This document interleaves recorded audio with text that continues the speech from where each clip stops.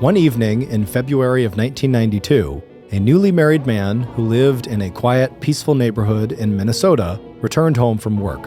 When he walked inside, he saw his young son was working on some homework at the table, and his 8-month-old baby daughter was crying in her playpen. But the man's wife was nowhere to be found. He asked his son if he had seen his mother, and the boy said no. So the husband began walking around the house, looking for his wife and calling out to her. But he couldn't find her, and she never called back. Eventually, during his search, the man reached the master bedroom. And when he opened the door and saw what was inside, he fell to his knees in horror. Moments later, the police were screaming to his residence, sirens blaring.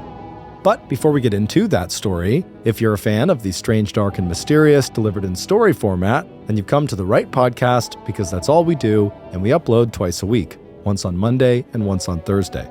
So, if that's of interest to you, please remove the rubber lip from the Amazon Music follow button's dustpan so they can never quite get everything up when they're sweeping.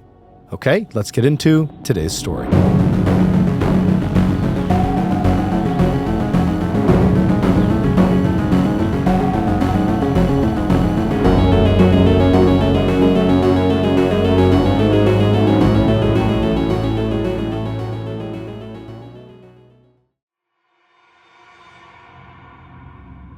"38-year-old Linda Jensen could not believe how lucky she was. As she and her husband Charlie looked down at the beautiful face of their brand new baby daughter, Linda could not stop smiling. And when Charlie leaned down and gave Linda's cheek a gentle kiss and told her how much he loved her, Linda felt like her heart might burst with happiness. For both Linda and Charlie, this moment and this new addition to their family was something neither of them could have imagined when they first met almost 27 years earlier. That's when Linda, age 8, had gone on a summer vacation with her family to Spicer, Minnesota, where they stayed in a lakefront cabin that had been owned by one of Charlie's relatives. Charlie, who had been 12 at the time, had spent most of his time at the lake playing with Linda's 2 brothers. But as summers went by and Linda and Charlie both grew out of their awkward teenage years, the childhood friends had eventually become childhood sweethearts. And after Charlie came back home to Minnesota after serving in the U.S. Army as a combat soldier in Vietnam, everyone in both their families knew that Charlie and Linda would get married. Charlie in his dress military uniform, and Linda looking beautiful and radiant in her white bridal gown. 4 years later, on January 27, 1974, the couple had their first child, a little boy named Andrew. But by the time Andrew was just 4 years old, his parents' marriage had fallen apart. Like a lot of other Vietnam veterans, Charlie had come back from the war with a psychological condition called post-traumatic stress disorder. Symptoms included feelings of irritability and edginess that had been triggered by his combat experience. And over the years, Charlie's drug of choice for treating his PTSD was alcohol. Lots and lots of alcohol. Finally, in 1978, after nearly 7 years of marriage, Linda had filed for divorce. Not because she didn't love Charlie, but because his constant drinking had made their life together impossible. And after that divorce, Linda would spend the next 12 years of her life never quite able to forget Charlie, and also never quite able to find any relationship that didn't end in one kind of a disaster or another. There had been a long-term relationship that had produced another son, a little boy named Joey, but that relationship ended without Linda marrying Joey's father. Not long after that, there had been one more failed marriage, which had taken Linda and Joey first to Colorado and then to California. In both relationships, the breakups had left very bad feelings. Linda's ex-boyfriend and Joey's father had been a partner with anger and substance abuse issues, who refused to pay child support for Joey. Linda's ex-husband, who still lived out in California, had adopted Joey, but he'd never forgiven Linda for not having any children with him. And things had only gotten messier during the divorce proceedings when her ex-husband, John Silliman, was ordered to pay Linda $300 a month in child support for Joey. Finally, with no place left to go, Linda had accepted the offer from her older sister, Sandy, that Linda and Joey should just come back home to Minneapolis and live with Sandy until Linda could pick up the pieces of her broken life. Now, as Linda looked up at Charlie from her bed in the hospital maternity ward, she could not even see the smallest trace of the angry and damaged-seeming young man she had left behind 13 years earlier. Because, for Charlie, the divorce from Linda had been a wake-up call. And once he realized just how much his drinking had cost him in terms of his marriage, family, friendships, money, and work, Charlie had made a promise to himself and to his son, Andrew, that he would get clean and sober. And that's exactly what Charlie did. And by the time Linda had returned to Minnesota, settled herself and her 8-year-old Joey into her sister Sandy's cozy little wood-paneled bungalow and started looking for a job, bumping into Charlie again was like meeting up with the man of her dreams. No longer a drinker, Charlie was now a successful carpenter and contractor who had taught those carpentry skills to their son Andrew. And like Linda, Charlie was unattached, and the same attraction and feeling of friendship that had drawn them together back when they were childhood sweethearts was still very much there. In fact, the hard life experience they both had gained in the years they'd spent apart seemed to make that attraction even stronger and deeper. And before long, Linda was slipping out of the house she shared with her sister a few evenings a week after Joey was in bed, and coming home later in the evening looking like she just won the lottery. Sandy and Linda had always been very close, and Sandy had been the one person Linda had confided in over the course of the last 12 stormy years. And Sandy knew her sister well enough to know that there was only one man who had ever made Linda look that happy, and that man was Charlie Jensen. So it came as no surprise to Sandy when Linda and Charlie had announced that they would be getting married again. And the date they chose for their wedding, April 3rd, 1991, was exactly 20 years to the day that they had gotten married the first time, 20 years earlier. What had been a surprise had been the fact that shortly after moving in with Charlie, Linda had gotten pregnant. And by the time the couple had said "I do" to one another for the second time in their lives, Linda was already 7 months along. And now, 2 months later, on June 12th, 1991, Charlie, who was 42 at the time, and Linda, who was 4 days shy of her 39th birthday, were once again brand new parents. And for Linda, the arrival of baby Lisa marked the beginning of the life she had spent the last 12 years looking for. By late February 1992, when baby Lisa was 8 months old, Linda, Charlie, Joey, and Lisa had all settled into a comfortable routine. The roomy 3-bedroom house that Charlie had just finished building 2 summers ago had a deep wooden porch out front that overlooked the yard and driveway and the trees that shaded the house from the sun. It was one of Linda's favorite places, and it also became a gathering spot for Andrew, who now had a son of his own, and for Linda's sister, Sandy, who visited as much as she could to see Linda and the kids. Linda had taken time off from her job working at a local school with disabled children. Charlie had plenty of construction jobs, but he still managed to spend as much time as he could with Linda and their grandson, as well as with Lisa, Joey, and Andrew. And by late summer, Linda had gotten back to her regular exercise routine. In addition to dropping in at the local health club, Linda had also started running again, and it wasn't long before she was a very familiar sight in the nearby neighborhoods that were part of her daily 5-mile loop. And it wasn't just Linda, Charlie, and baby Lisa who were all thriving. Linda's son, Joey, who had been disabled by a severe stroke when he was just 6 weeks old, had also settled happily into his new life in Minnesota. He enjoyed being part of a close and loving family, and he enjoyed his role as big brother, and now that he was about to turn 10 years old, Joey was also looking forward to joining the local Boy Scout troop. It wasn't until the last weekend in February, on Saturday, February 22nd, that Linda had given her sister, Sandy, the most recent update on the one dark cloud that had drifted into the Jensens' otherwise very sunny life. The sisters were sitting on the sofa in the living room, catching up on family news. Linda had talked to the local Boy Scout troop leader about signing Joey up for Boy Scouts. Charlie was working on a construction site all the way out in Maplewood, 50 miles away, and that after a long Minnesota winter, March and spring were finally not too far away.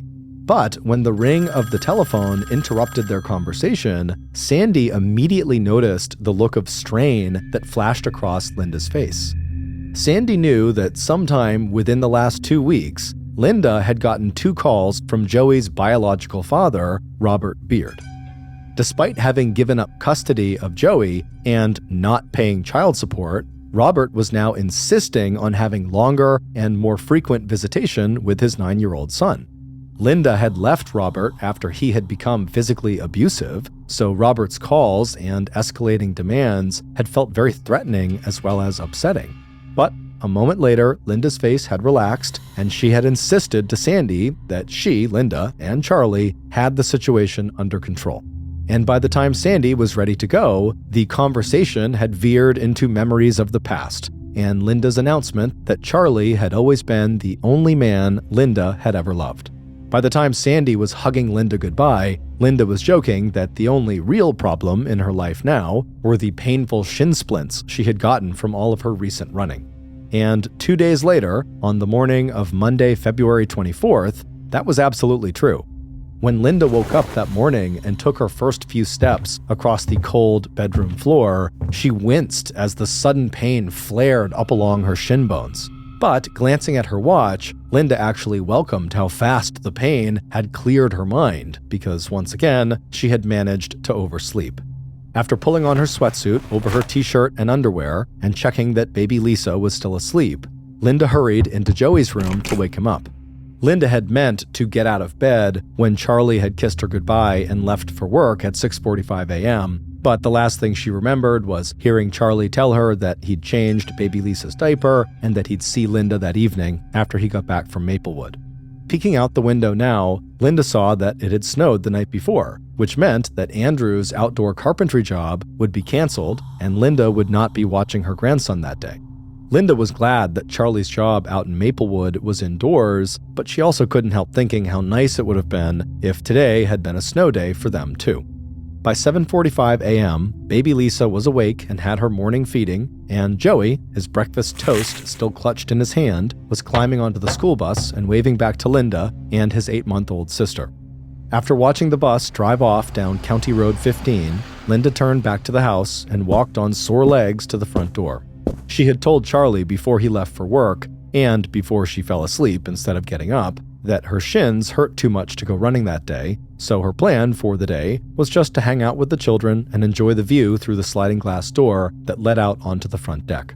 Now standing at baby Lisa's changing table, Linda unwrapped Lisa from her cocoon of blankets, but decided to leave the baby in her pajamas in the playpen while Linda cleaned up the breakfast dishes.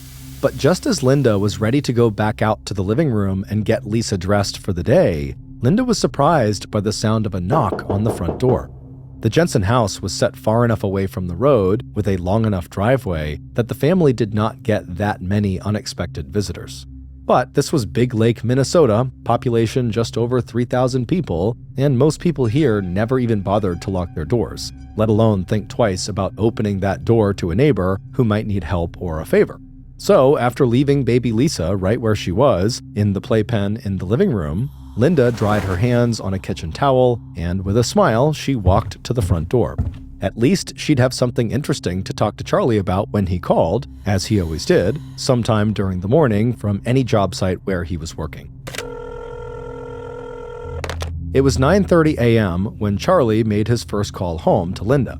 She usually picked up right away, eager to find out how he was doing and tell him about something wonderful that Lisa had just accomplished.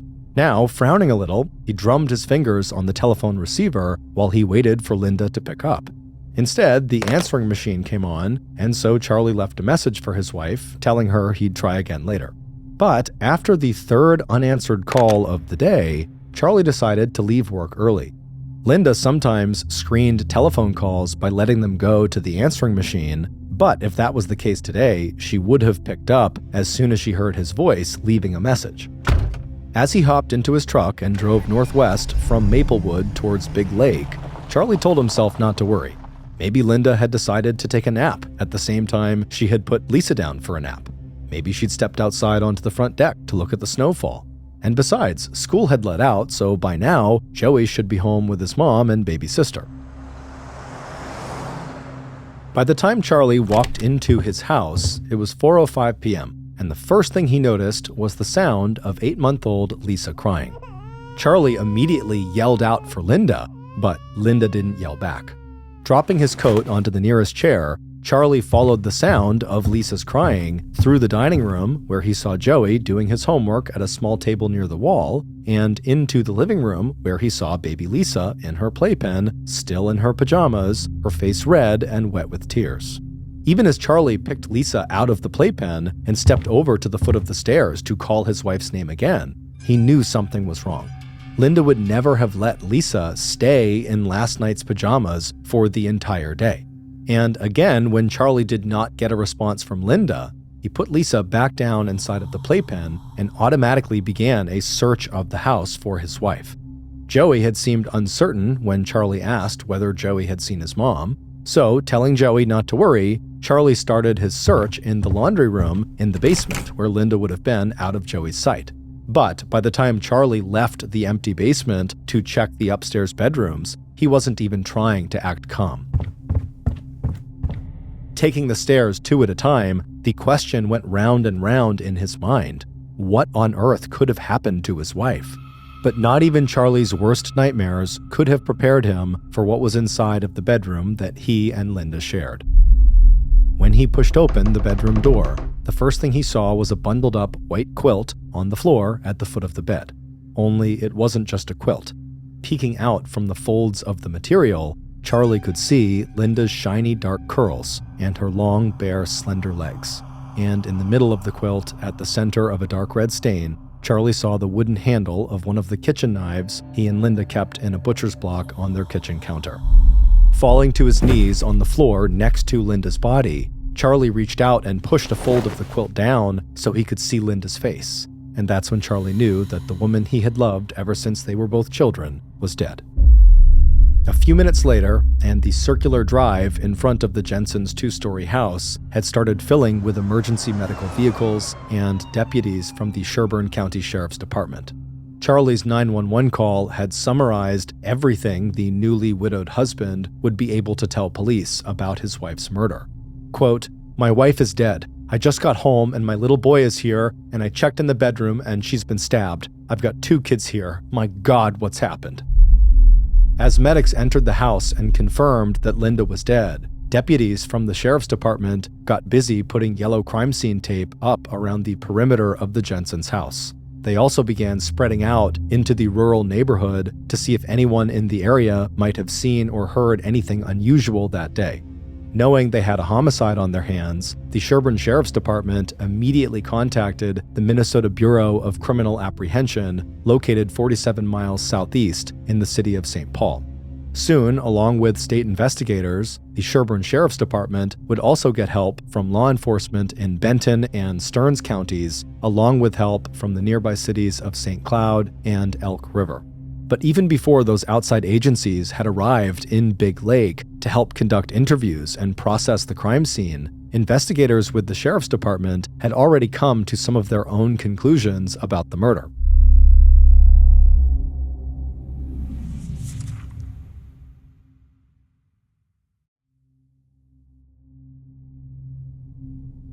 After doing an informal interview with Charlie, who had described his entire day and all his interactions with his wife, from the time he woke up and left for work, to the series of unanswered phone calls, right up until the moment he dialed 911, police were working on the assumption that Linda had probably been murdered sometime that morning. That guess would later be confirmed by the autopsy report on Linda's body, which would further narrow the time of the crime to sometime between 8 and 10 a.m. Based on the brutality of the crime and the fact that there was no sign of forced entry and nothing of value appeared to be missing, police also assumed that this crime was personal, not the result of a robbery gone wrong. And finally, given that Linda was naked when she was wrapped into the white quilt and then stabbed, police also believed that what they were looking at was not just a murder, but a violent sexual assault. And this assumption would also be confirmed when the medical examiner found traces of semen on Linda's ankle and inside of her body, along with defensive wounds that suggested that she had struggled with all her might against her attacker. The medical examiner would also discover that the actual cause of Linda's death was strangulation, and that she had likely been dead even before the killer had plunged the 10-inch long blade of the butcher's knife so deeply into her chest that the fabric of the quilt had become embedded in the wound. According to one investigator, it looked to the police like someone had actually tried to carve Linda's heart out of her chest.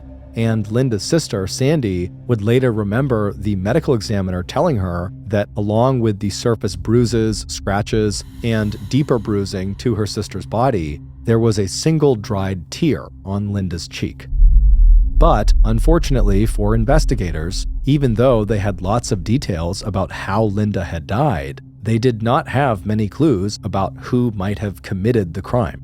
It would also turn out that aside from the semen samples that the medical examiner would find in and on Linda's body, there just wasn't much physical and forensic evidence that crime scene techs were able to recover from inside of the Jensen house.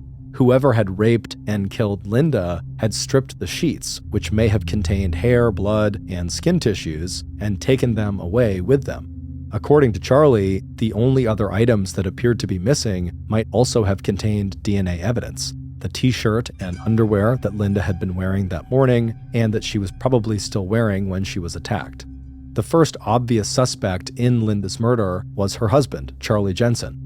It hadn't taken police long to learn that the couple had been married back in 1971, but had divorced because of Charlie's post-traumatic stress disorder, which made him prone to anger and irritability, coupled with his alcohol abuse. But over the next 72 hours, the police would confirm Charlie's work alibi. Charlie would also pass a lie detector test and volunteer a DNA sample that would eventually rule him out as Linda's killer. But even as Charlie was being cleared from the suspect list, police were already following what they believed was a very promising lead provided by the mail carrier who delivered mail along the rural route where Charlie and Linda lived.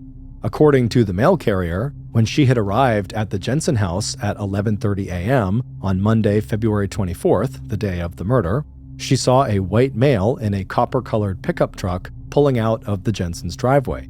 The mail carrier's description was detailed enough that police artists were able to put together a sketch that showed a man in his 30s or maybe 40s with scraggly brown hair and a gray flecked beard who had what looked, to the mail carrier, like red scratches on his hands. Less than an hour after the sketch was released to the media and featured in print and TV news, the tips from the public started to pour in. And soon police were interviewing anyone in Big Lake Township who had reported seeing the copper-colored 1970s Ford pickup truck or its alleged driver. On March 2nd, 6 days after Linda's murder and 2 days after her funeral service, a heartbroken Charlie Jensen packed up the home he had built for himself and Linda and moved his little family into an apartment building. As Charlie would tell his adult son Andrew and Linda's sister Sandy, it was just too hard for Charlie to walk into that bedroom where Linda had been killed. 11 days later, and 17 days after Linda's death, police saw their only solid lead in the Linda Jensen homicide go up in smoke. The mail carrier, who had helped police draw a sketch of a possible suspect she saw driving away from the Jensen's property on the morning of the murder, began to change her story. She now thought that instead of being copper-colored, the truck she saw might have been light green with white panels and snowplow brackets on the front. And instead of having a scraggly beard, the driver may have been wearing a coat with a fur-lined collar. Meanwhile, police investigating other men in Linda's life were also running into dead ends. After learning that Joey's biological father, Robert Beard, had been arguing with Linda in the 2 weeks before her death about visitation with Joey, they didn't waste any time bringing Robert in for questioning. Police also knew from conversations with Linda's family that Linda had said that Robert had been physically abusive and had a bad temper as well as substance abuse issues. And at first, Robert Beard looked like he could become the new #1 murder suspect. In conversations with police, he was angry and defensive. He lied to investigators, denying that he had recently spoken with Linda on the phone. His alibi, that he was home alone at the time of the murder, was weak. But Robert also pointed out that since he did not have a car or driver's license, there was no way he could have gotten undetected to Linda's house and killed her. Once Robert lawyered up and refused to give police a DNA sample, the only thing police could do was keep him on the suspect list and move on to the next man in Linda's life, her ex-husband, John Silliman, who lived in California. Although John's alibi, that he was working at a local elementary school on the day of Linda's murder, turned out to be airtight, there was something about John that just made police suspicious. He'd clearly had a volatile relationship with Linda, and he told police that Linda had pressured him into adopting Joey instead of having children of their own. It wasn't until police went through John's financial records with a fine-tooth comb to rule out any murder-for-hire scheme that police crossed John off their list of suspects. By the end of May 1992, 9 weeks after Linda had been found brutally raped and murdered in her own bedroom, the investigation into her death had ground to a halt. Police from 3 different jurisdictions had followed up on more than 1,000 tips. They had interviewed hundreds of friends, coworkers, family members, neighbors, and possible suspects. They had searched but failed to find any trace of the sheets and clothing that had been taken from the Jensen house on the morning of Monday, February 24th. They had also collected and stored more than 80 DNA samples from men who had any connection to Linda, from a trainer at her gym who had once given her a bouquet of flowers, to her ex-lover and husbands. None of them would match the semen sample collected from Linda's body.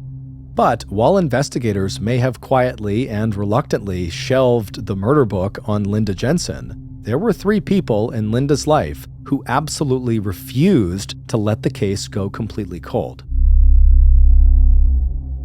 At least twice a week for the next 7 years, Linda's older sister, Sandy, called the Sherburne County Sheriff's Department asking if there had been any developments in the case. Charlie also remained in touch with police, and he and Sandy made an appearance together on a popular TV show that featured true crime, hoping that the publicity might result in someone coming forward with new evidence. The third person who would not let the case go was one of its lead investigators. Bruce Anderson had made a promise to the Jensen family that he would not retire from the Sherburne County Sheriff's Department until law enforcement had found the person who had killed Linda Jensen.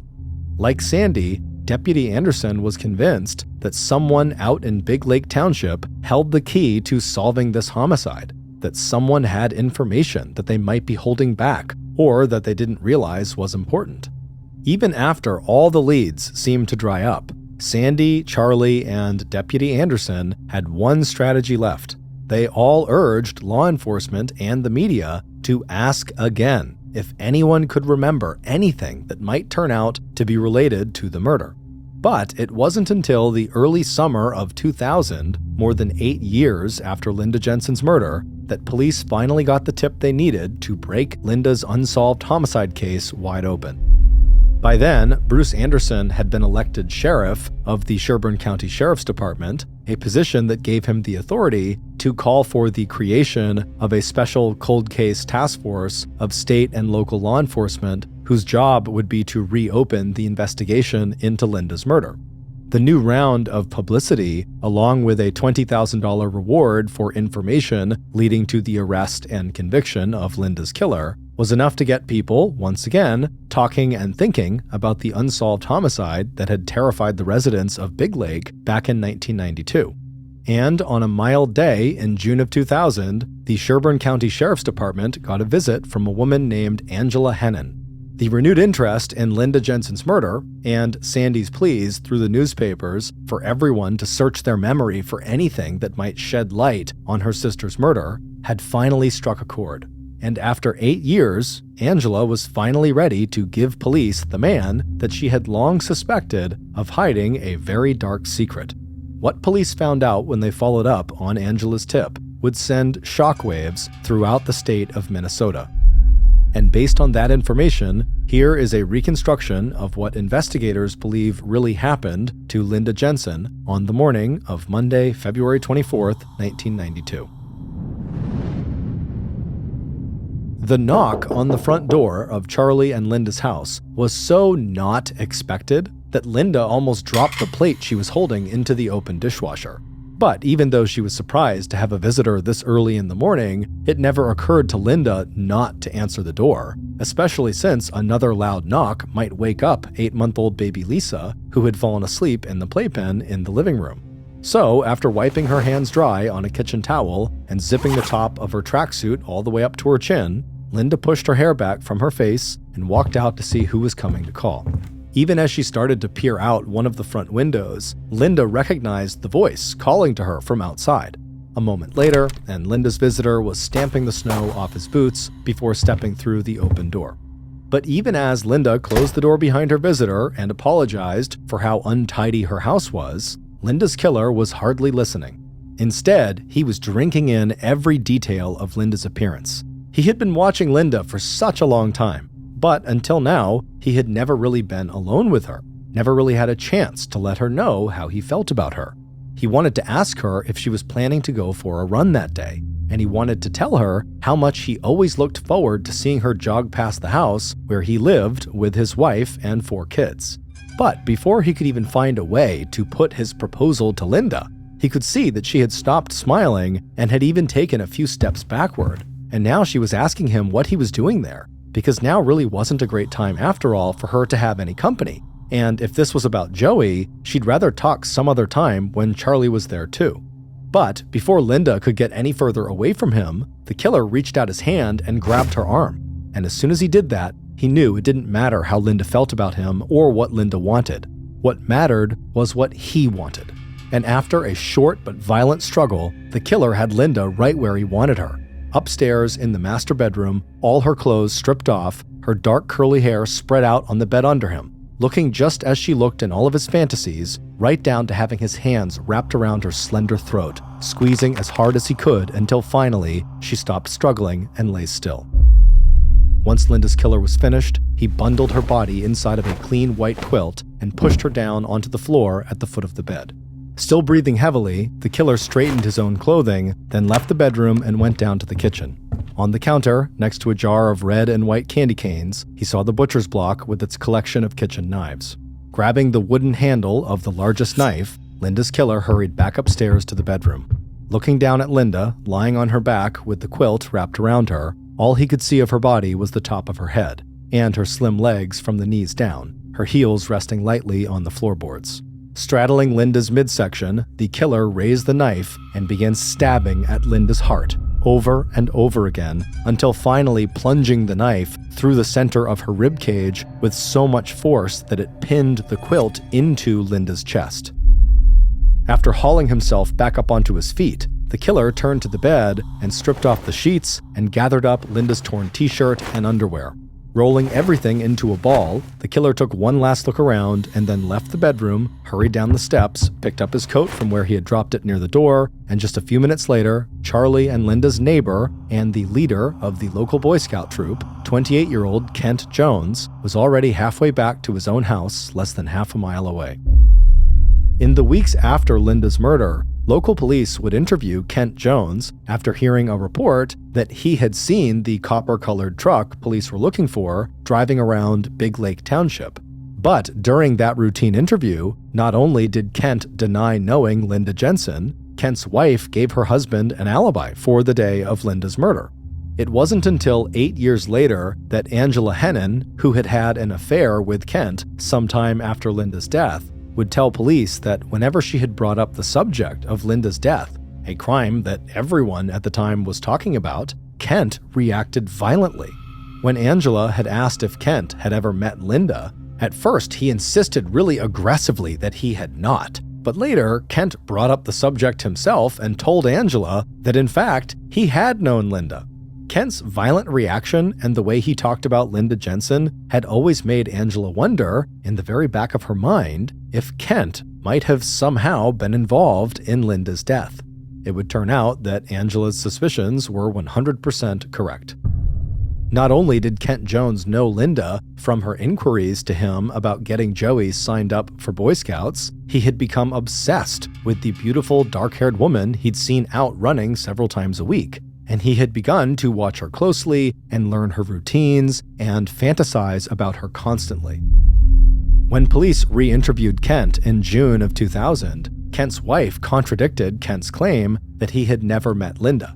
In front of investigators, Deborah Jones reminded Kent that Linda had actually come by their house to pick up a Boy Scout application for her 9-year-old son.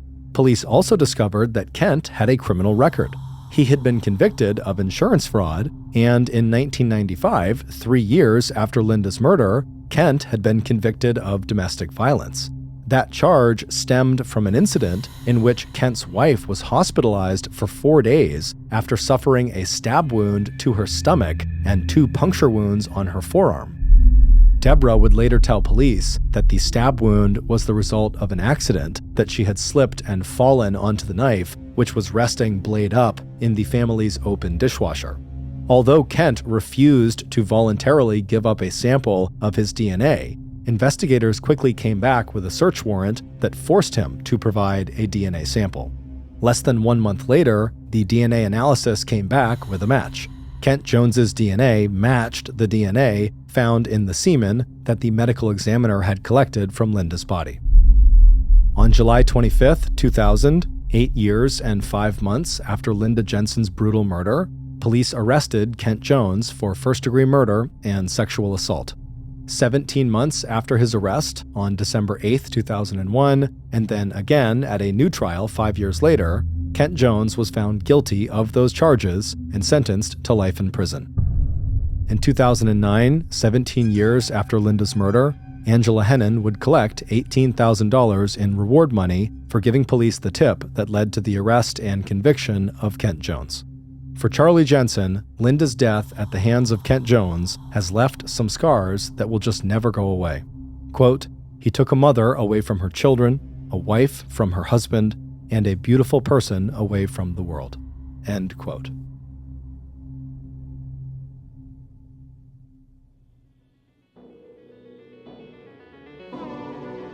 Thank you for listening to the Mr. Ballen Podcast. If you got something out of this episode and you haven't done this already, please remove the rubber lip from the Amazon Music follow button's dustpan so they can never quite get everything up when they are sweeping. This podcast airs every Monday and Thursday morning, but in the meantime, you can always watch one of the hundreds of stories we have posted on our main YouTube channel, which is just called Mr. Ballen. Consider donating to our charity. It's called the Mr. Ballen Foundation, and it provides support to victims of violent crime as well as their families. Monthly donors to the Mr. Ballen Foundation Honor Them Society will receive free gifts and exclusive invites to special live events. Go to mrballen.foundation and click Get Involved to join the Honor Them Society today. If you want to get in touch with me, please follow me on any major social media platform and then send me a direct message. My username is just @MrBallen, and I really do read the majority of my DMs.